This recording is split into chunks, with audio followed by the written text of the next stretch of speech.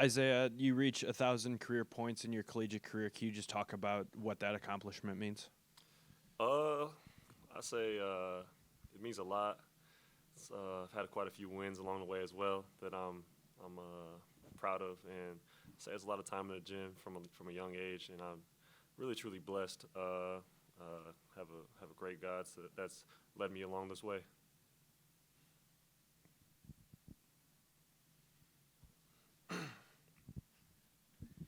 JJ, Holtmann talked about on Monday your flexibility at the 5. Can you talk about your comfort level in being down low, not being your prototypical like 5 build? Can you talk a little bit about that?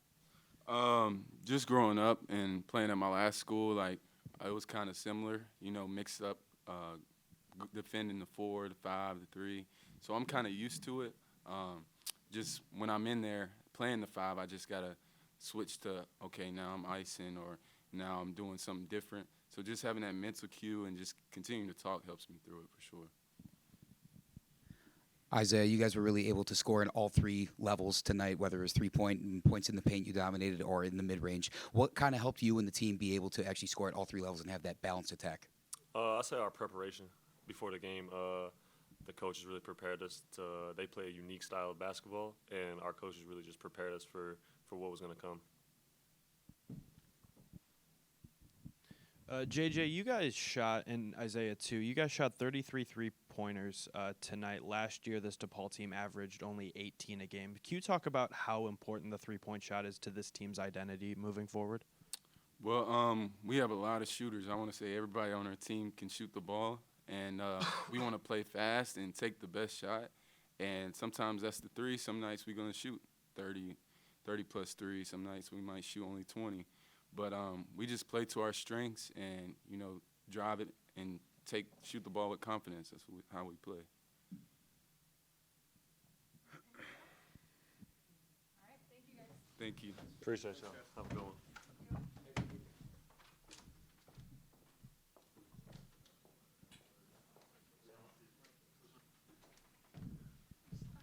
Hello, everyone. Coach, we'll start with an opening statement, and then we'll open up to questions.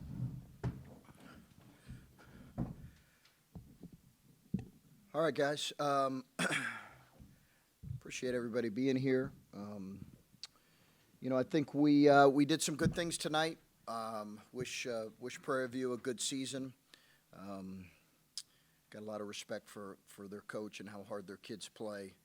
So wish them a good season. And for us, it was a chance for us to look at some different lineups. Obviously, you don't have many of these games throughout your season. So 24 assists, really good. 18 turnovers, not what we want. So some things to take from that. Obviously, as expected, I knew we would shoot better from the free throw line. So that was good to see. And, I think overall some good things and some things we need to improve on. Questions? Chris, in a game like this and a brand new team, how do you balance keeping your core group out there just to play with each other and the bottom half, like the more developmental guys? Most of our guys that played, you could say, is our core. I'd like to play 9 or 10 if I could. So, I think if you're saying the starting group, then, I'm not too concerned about that because lineups will look different throughout the season potentially. I think the conditioning element is something I did think about, getting guys game reps in a conditioned way. But, a couple guys just got a little bit banged up in practice yesterday, so I was mindful of that in terms of shortening their minutes and wanting to see some other guys play. And I thought some other guys deserved to play based on how they were playing. Hey, Coach, you brought this up already. The 24 assists is a really encouraging sign, especially compared to the Southern Indiana game earlier this week. Did you see anything differently in terms of like installing different offensive sets, or the that output you got was just kind of getting back to your game and your offensive philosophy? It was probably more of a byproduct of how they play defensively, how much they were in scramble mode. I think it was more a byproduct than anything. Listen, we're going to be a high assist team because our guys pass it and share it, and I think we've got a good passing team. You know, 11 the other night wasn't really indicative. I think we had some missed shots that we'll normally make. Maybe that's 14 or 15. What you're looking at is how many of your made baskets are assisted on.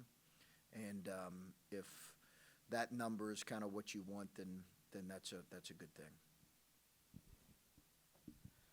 Hey, Coach. So besides this squad of multiple transfers, you also have Chris Riddle coming straight out of high school. So what goes into preparing him and how to help him transition into the college game? Yeah, it's a lot for Chris. It's a lot to learn defensively, offensively. It's great to see him knock down that three. He's a good shooter. I love seeing that. You know, I love coaching Chris. I love what he can be in our program, but there's going to be a lot of, you know, growing pains that come with being a freshman. So he has to stay ready and stay coachable, and then you know, be ready to prepare himself for each day for kind of what's coming next year. Chris, can you talk a little bit about what you saw from NJ? 15 points, 9 rebounds, just after limited minutes last week. What you saw from, or on Monday, what you saw from him today? Yeah, I think NJ, the limited minutes for him was more of a byproduct of liking JJ's ability to switch ball screens in the last game. That was more a byproduct of that than it was NJ's poor play. And it was just, hey, JJ's our best at switching. Felt like we needed to switch some of those because they were playing with the smaller five who was really driving Skogman.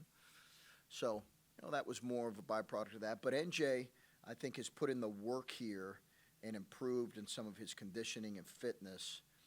And I think for us, that was really good to see him for that to get rewarded. Coach, you now start the season 2-0. This is a wire-to-wire win. You didn't trail the entire game. What does that do for you, the coaching staff, and just the environment in the locker room as a whole? Well, I think, yeah, it's a good question. I think just anytime you're winning and having success, you know, last night, the other night, Monday night, was important just because, you know, it was a game, obviously, that was right there.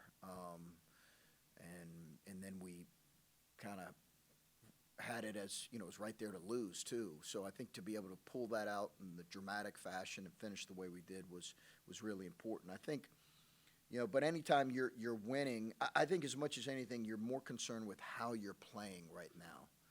We're always going to say that this year. It is really about how are we playing? Are we playing to the standard that we expect us to play to? And are we doing that, you know, for 20 minutes a game, 25 minutes a game, for 30 minutes a game? That's really what we're evaluating, almost regardless of what the result is. Chris, you talked about the turnovers a little bit. What do you attribute that high number to? Is it playing too fast and getting new guys kind of involved? Yeah, I think they're a high turnover defensive team. We knew that coming into it. They play kind of a helter-skelter defense. I just thought we had some poor – we knew we were going to have some turnovers. I just thought we had some poor decisions with the ball that we need to get better at. And then some of that is their activity creates some turnovers. Chris, still no CJ Gunn out there today. You said the last couple of games he'd be game-time decisions. Do you have any update on CJ's status? I think he's getting closer to play, so we'll see how these next couple of days of practice go. But he's getting closer to being able to play. So I think I'm optimistic that it's going to be pretty soon here with CJ. And you know, that's good because it gives us some length on the perimeter and a defender and someone who I think it's unfortunate because he was playing really well before he got hurt. And, you know, you hate that as a coach for a player because I think he was in a good rhythm. He was understanding kind of what his strengths are. But he should be back here really soon. And then just to follow up on that, do you envision limited minutes when CJ is available just to kind of ramp him back up because he's been shut down a little bit? I will speak to the medical staff on that. Okay. Yeah, like I'll get their opinion on that based on, you know, it's just a minor knee deal, so based on how his knee's responding, I'll get they'll guide me on that. And like I said, we had a player or two that got a little bit banged up in practice, which limited their minutes today. So they're the ones that kind of tell me on those things.